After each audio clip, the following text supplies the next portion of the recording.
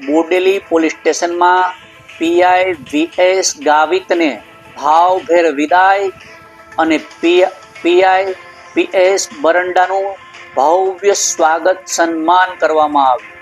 નમસ્કાર, સહજ ન્યૂઝ સાથે હું છું ગોપાલ ભેસાણી।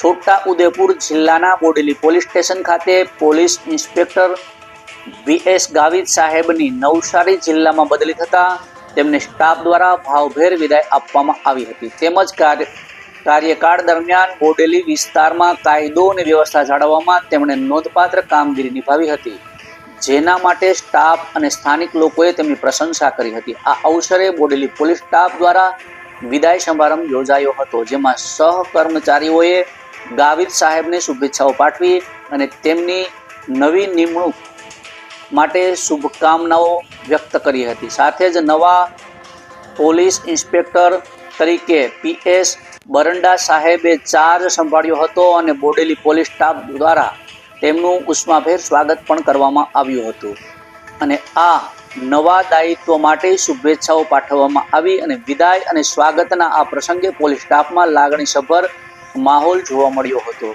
રિપોર્ટર શિલ્પા શાહ, સહજ ન્યૂઝ, બોડેલી।